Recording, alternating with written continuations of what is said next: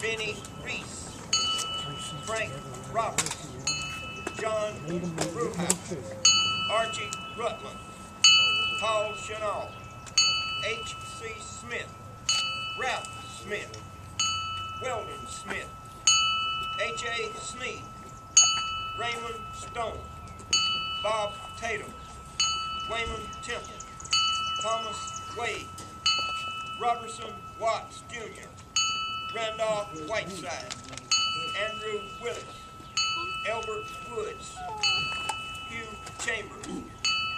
We're reading Korea now.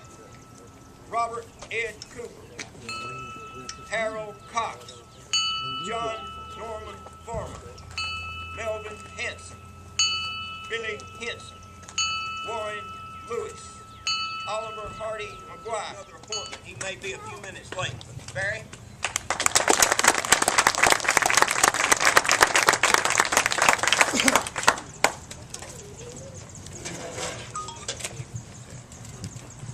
Well, good evening. It's an honor to be here once again, and I want to thank Bob and all of those who every year work to put this on year after year after year. I lost count of how many years that I've been here participating in this ceremony, and it's always moving. I always find I have tears in my eyes when I leave, because one thing I've learned as a veteran myself, every day is Memorial Day when you lose a comrade in combat. Every day, the veterans that are here that have lost someone in combat, they think of their buddies. My dad was a combat veteran from World War II, and when I was younger, he used to tell me that some of the closest friends that you ever make are those friends that you serve with in times of difficulty and the stress of combat. They're your closest buddies. They're the ones who protect you and protect your life. And when those go with you and do not return home, there isn't a day that you don't think about those that you lost, that went with you but did not return back to their families. So every day to veterans that are here today is a Memorial Day. Many of the veterans that are here carry scars, external scars from the battles that they faced. I know many of them personally. But what you don't see is the internal scars from friends and even loved ones, brothers and sisters, those that went that didn't come back home. I just want to take a moment and reflect upon the gallantry, the commitment, the sacrifice that these honored dead made for freedom, for liberty.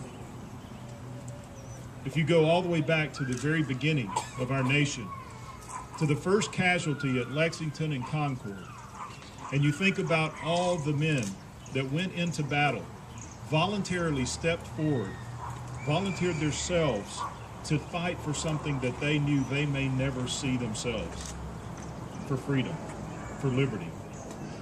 And when you go back and you look at these men that went into service during the Revolution, they weren't signing up for a GI Bill. They didn't sign up for tuition assistance.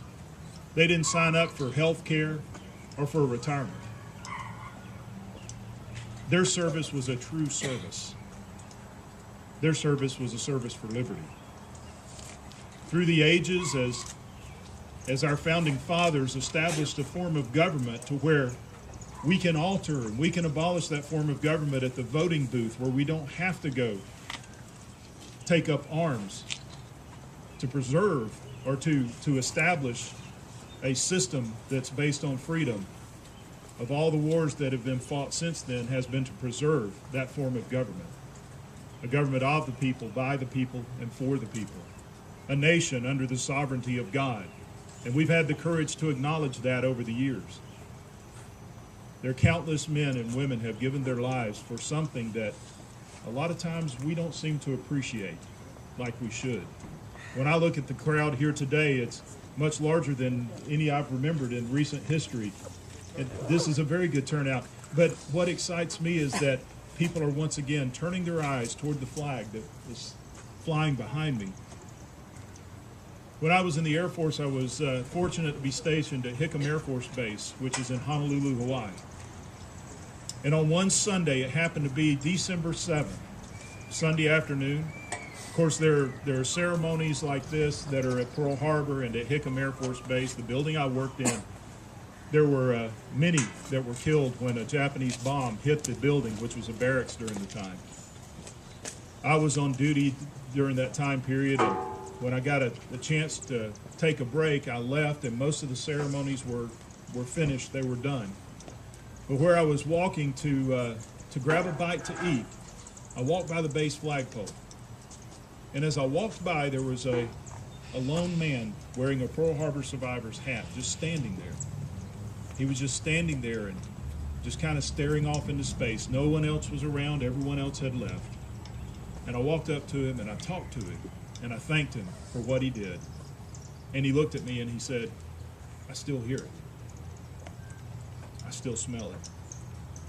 I said, "What do you hear?" He said, "I hear the screams of my buddies. I hear the cries of my friends as they were trapped in that building and burning. I still smell the stench of their bodies as they were burning. And I still feel the loneliness and the grief that I could not get to him to help him." So it's 45 years later, and he still carried those internal scars. Freedom is not free. Our founding fathers and those brave patriots, those Minutemen, those Continental soldiers paid a dear price to give us something, give us a form of government that is, it is our government, that the government is accountable to the people, and then countless numbers of men and women have died to preserve that form of government for us. Our nation carries scars, but the interesting thing about scar tissue is it's tougher and it's harder than the flesh that it replaces. For every time that our nation faces a moment of difficulty, it's replaced with a tougher, more resilient scar tissue, and America grows stronger.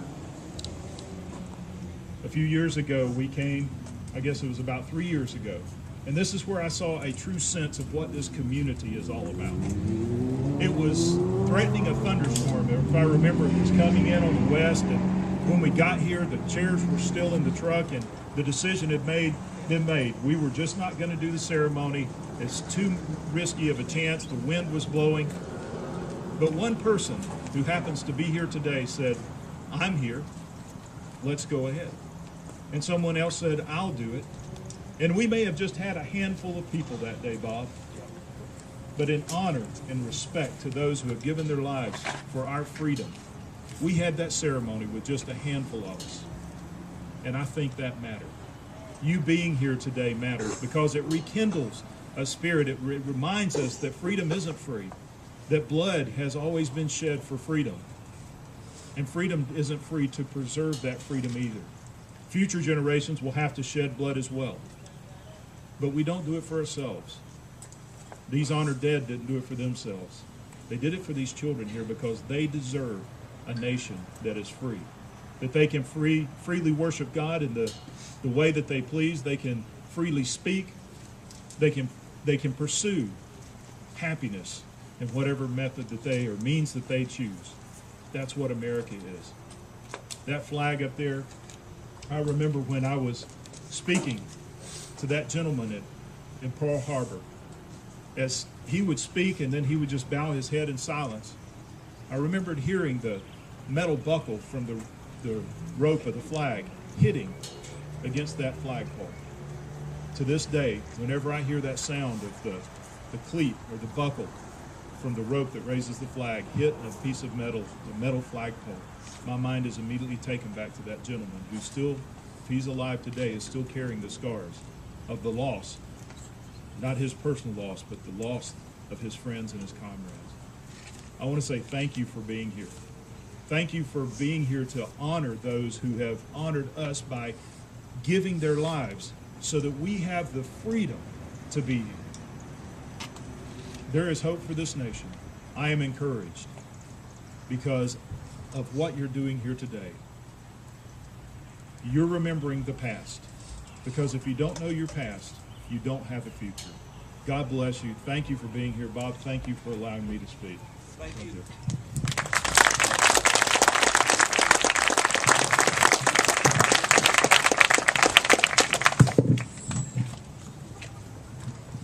Appreciate that. Thank you, buddy. Thank you. Good evening. Good to see y'all this evening.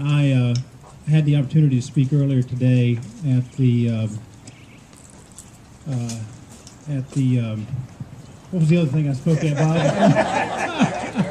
American Legion. Thank you very much. It's been a long day. And you got to go to another one after this. You're exactly right. And the funny thing was, while we were there this morning, they were announcing for everybody who was there to come to this event tonight. And then that was the moment that I realized I needed a different speech for tonight.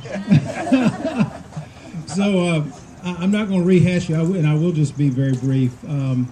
Memorial Day really is a unique kind of holiday. It's not like Veterans Day and Independence Day when we celebrate our victories as a military power, but it's really a day of more solemn remembrance, really, of the great loss that's accepted by service members who've been killed in the line of duty. And you think about why we take time to remember those people and what they've sacrificed, and maybe it's so we can show comfort to those who are left behind, the children and the spouses, the widows, the parents who've lost loved ones. And maybe it's so we can really recount their heroism and laud what they've done. That might be appropriate. But I think we also remember because we want to reinforce and really remember and recount the reasons they were called to arms in the first place. And I think it's an important process of asking ourselves, was our determination as a people to go to war worth the cost that it cost to those individuals and to us as a society? I think it's important to think about those questions. In my family, we have a tradition of military service. My great uncle, Amos Noel Coomer, was killed at the age of 19 on Guadalcanal. I never got to meet my Uncle Amos. He was the first of five siblings, 4 boys that my great-grandmother had. And though I never met him, I felt like I knew him well enough from hearing my great-grandmother tell his story every time I was around her. She lived to 100 years old. She told his story practically every time we were around. It made enough impression on me, I actually named my first son after him. And not only did it make an impression on me, but his service impressed his brothers enough that they then volunteered and joined the service during World War II. Not only that, but because of his really status as a hero in our family, his actions inspired my dad. When he had to join the service, he joined the United States Marine Corps to serve like Uncle Amos. And that service continued to perpetuate itself through generations. I served on active duty in the U.S. Air Force, served in the Reserve, served now in the Georgia National Guard. My 2 younger brothers are both Army combat veterans. They both served in active duty, reserve, and with Guard units. And it's a legacy of service that really spanned generations beyond where that young man who died in 1942 could even have imagined the impact he had on the rest of us. And not just on our family individually, but on our broader society. And we call those folks the greatest generation, I think, because of the great impact they had in preserving our liberties, and preserving us, but also in affecting future generations that they couldn't even understand. So we reflect on those heroes, really to not just remember them, but also to teach ourselves and to inform our own future. Psalm 106, which is a psalm reflecting the Hebrew exodus from Egypt, says this in verses 10 through 14. And he saved them from the hand of him that hated them, and redeemed them from the hand of the enemy. And the waters covered their enemies, there was not one of them left. Then believed they his words, they sang his praise. But they soon forgot his works. They waited not for his counsel, but lusted exceedingly in the wilderness, and tempted God in the desert. And we cannot allow ourselves as a society to become like the Hebrew children in the wilderness. We can't forget how it is we got where we are. We can't forget that it is the grace of our Creator that has given us greatness, and that it is his mercy and his love to us that has given us the opportunity to be a city, a light on a hill. We are a bastion of freedom because of our belief and our faith in our Creator. Just like the Hebrew children risked losing everything because they forgot who got them out of their bondage. We risk, as a society, losing everything if we forget, number one, how we got here through our Creator, and number two, if we forget those who've sacrificed so much to preserve that freedom for us. So we can't forget the fallen heroes, those who were fighting for what they died for at Guadalcanal or Quezon or the Helmand province or Fallujah or any other number of exotic sounding places that we never would have heard of except for our desire and our zeal to spread the hope of freedom around the world. And their struggles are not to expand an American empire. They weren't to bring wealth or power to themselves or their families, but really to bring the hope and the light of freedom, liberty and opportunity, and the equality of humanity. Many of you will remember 2009 when we got the news that Lance Corporal Seth Sharp had, from Adairsville, had died in the Helmand province. And many of you participated in his funeral procession at that time. But I remember one of the stories his dad told about one of the conversations he had with Seth in the months before he passed. Around Christmas time, he asked Seth what he wanted for Christmas. And Seth was deployed at the time. He said, "Dad, can you send me some coloring books and some crayons?" And his dad thought, well, that's an odd request. But quickly, Seth said, look, it's not for me. It's because I want to give these color books and crayons to the kids in the community where I'm stationed at this time. And he followed that up by saying the things that we take for granted at home are a luxury here. And so we should not take for granted our freedoms and our liberties. We also should not take for granted the sacrifice of those fallen. But I think Seth Sharp's story and his concern for the kids he was there to help is really the microcosm of what we see in the fallen hero of American soldiers. And as we remember those soldiers and those heroes who've gone before, let's not waste their sacrifices by busying ourselves with getting whatever we can without regard for the world around us. But instead, let us rather honor them by expanding freedom in our homes, in our nation, and in our hearts. Let's find ways to honor them by service to the cause of freedom every day. I want to say a special thank you to anyone here who's lost a family member, a loved one, a husband, a son, a father, a brother, a sister, or a friend that you've laid to rest.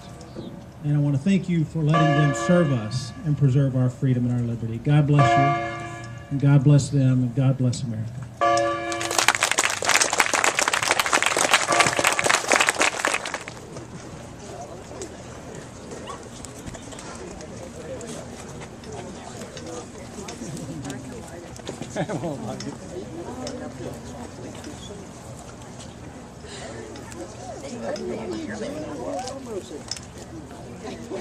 Let's get another. Now you bring him up here.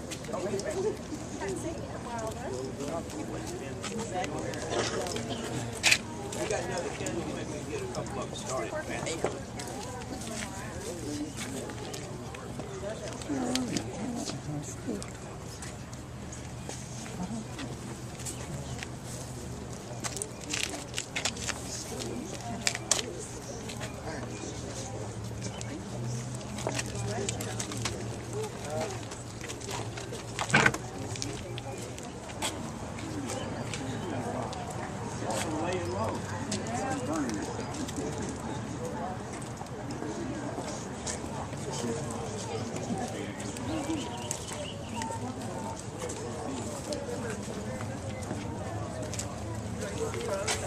Get there.